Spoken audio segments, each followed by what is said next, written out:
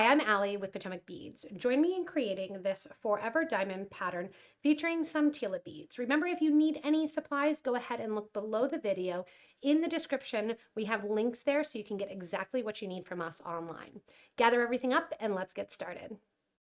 So to get started, we're going to be using a size 10, 11, or 12 needle, doesn't really matter, some size 6 Dragonthread, Tilas, Delicas, and 11O beads. To begin, I have a stop bead on the end of my thread. Generally speaking, I'll start out with about 5 feet of beading thread, but if you find that it's getting tangled, don't be surprised or don't be scared to start with less and have to add more on. We're going to begin with the outer piece of our tilas. So the tilas have 2 holes, and we're going to begin by picking up 1 tila, then we're going to do 1 11O, followed by 1, 2, and 3 of our delicas, 1 more 11, and then another tila. So we're going to do 4 tilas with that spacing of those 5 beads in the middle. So you're going to do the exact same thing one more time, and then repeat till we have a total of 4 of our tilas in place. When you have the 4 tilas in place, you want to make sure that you're ending with the combination of the C beads and the delica. So I have 1 more to add here. And once you have that pattern and those beads added on there, we're going to round them out to get to our diamond shape.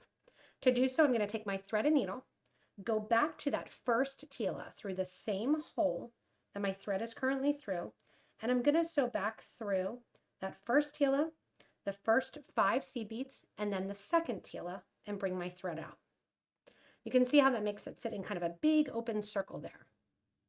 What we're going to do now for our second step is go in and we are going to catch on to the open hole, or what is going to be the inner hole of the Tila bead. Our thread is going to reverse directions. So we're coming through that outer hole of the Tila. We're going to go to the inner hole of that same Tila bead, which is going to show a little bit of thread on the side of the Tila. From here, we're going to bend the Tilas towards the center, and we're going to add 1 delica between each one of our tilas, going through that second empty hole. A delica goes on, and I go into the next tila through that empty center hole. We're going to repeat this 4 times because we're working with 4 beads. So delica goes on in towards that tila. Delica goes on towards that tila. And 1 more time, delica goes on. We go through the tila that our thread was originally coming out of. You can see this is a nice open frame, almost like a life preserver look to it. And what we're going to do now is we are going to add more delicas to make it look a little bit more filled out. It's fun to see the difference in colors and how that makes the difference of the pattern look. From here, take your thread and needle, and I want you to sew through that first delica and the second tila bead in that center row. That's just going to tighten it up and make it more into kind of that diamond-y shape. Go ahead and also sew through the delica. And now we're going to go in and fill in the corners from the second to the first hole of the delica or the tila. Add 1 of your delica beads. You're coming out of a delica. We're going to add a delica. We're going to sew through bead number 3 and bead number 1 of the delicas that sit above. As we skip number 2, bring number 2 and just kind of pop it to the top if you need to. Give a nice tight pull, and you can see what's going to happen. It's creating that corner because we've skipped over that second bead in that group of 3. Add 1 more delica to fill in the space, and then you're going to go back and sew through that original delica along the bottom line. And while you're there, you might as well go through the next tila and the next delica as well. Give a nice tight pull after doing so, and you can see how you get that diamond shape right in the corner of all those delicas. Once again, I'm coming out the delica. I'm going to add another delica, go up to the top thread line, connecting that first hole of the tila bead, go through bead number 1 there, or really 3, and you're doing it in that line. Go through the outer 2, and then through bead number 3, skipping over bead number 2.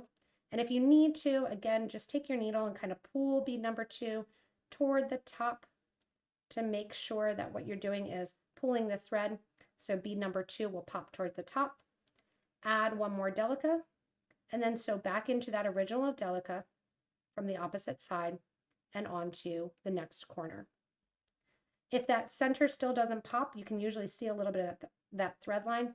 Just take your needle and thread, pull that second bead out, then give a nice tight pull on the thread, and that corner will be created.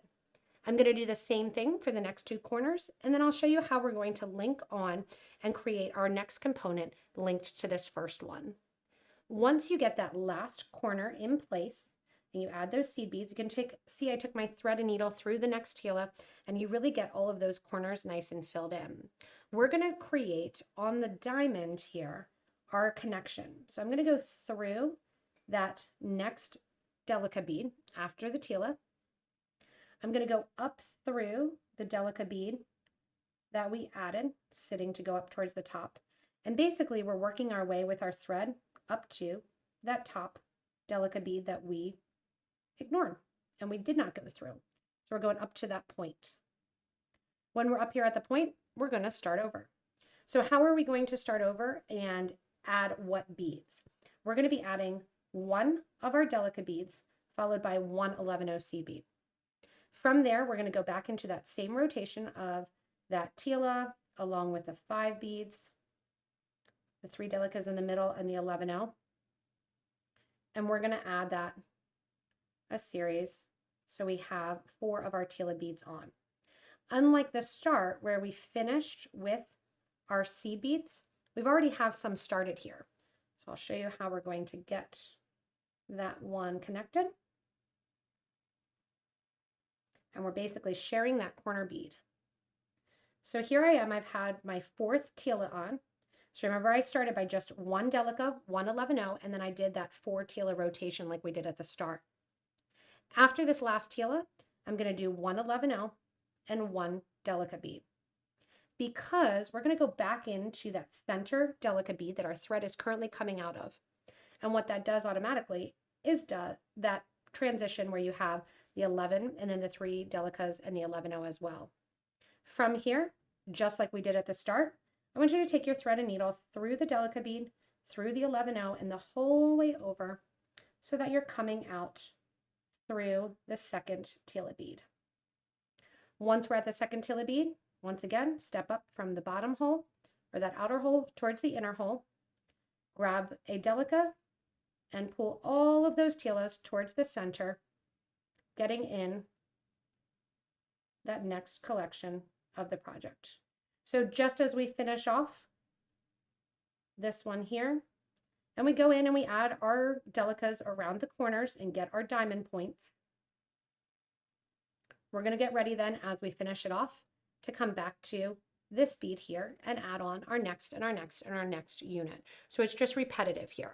When it comes to YouTube, remember you can always pause, slow it down, and actually reverse back and watch this same technique again, going through that Delica bead and then linking onto beads 1 and 3, back through the Delica bead and around the circle to the other corners as well, till you get back and finish that you can sew back to this top bead here to create your next connection.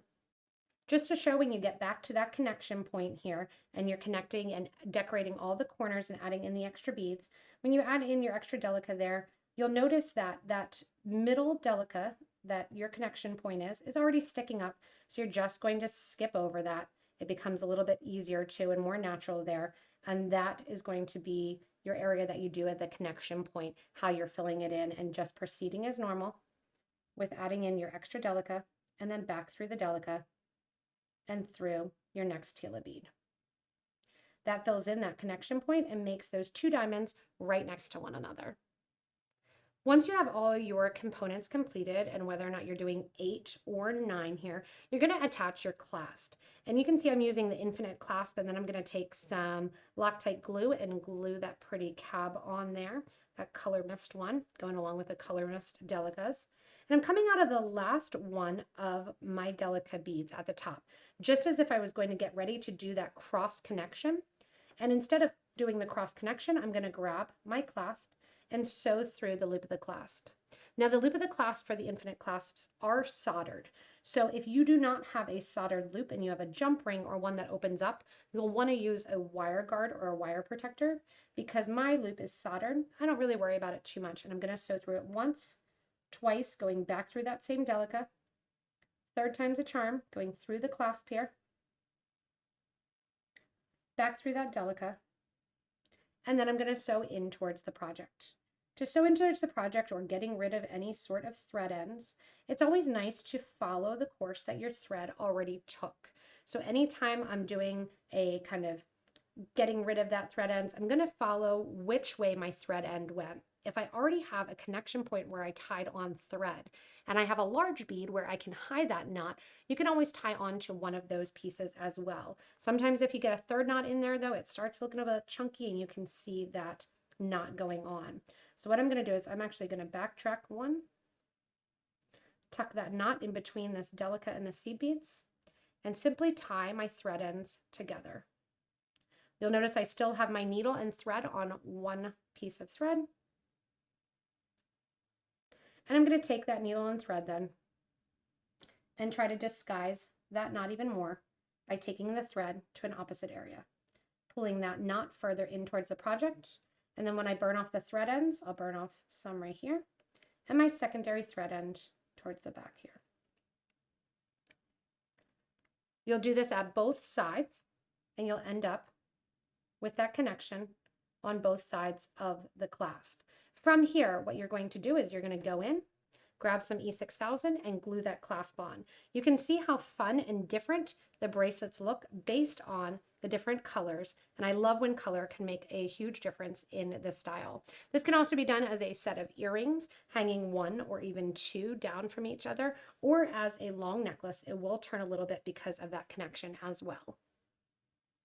Thanks so much for joining me in this Forever Diamonds bracelet design. Remember, you can take this bracelet design and also make some earrings or even make it into a choker or a necklace, which would look really cool as well.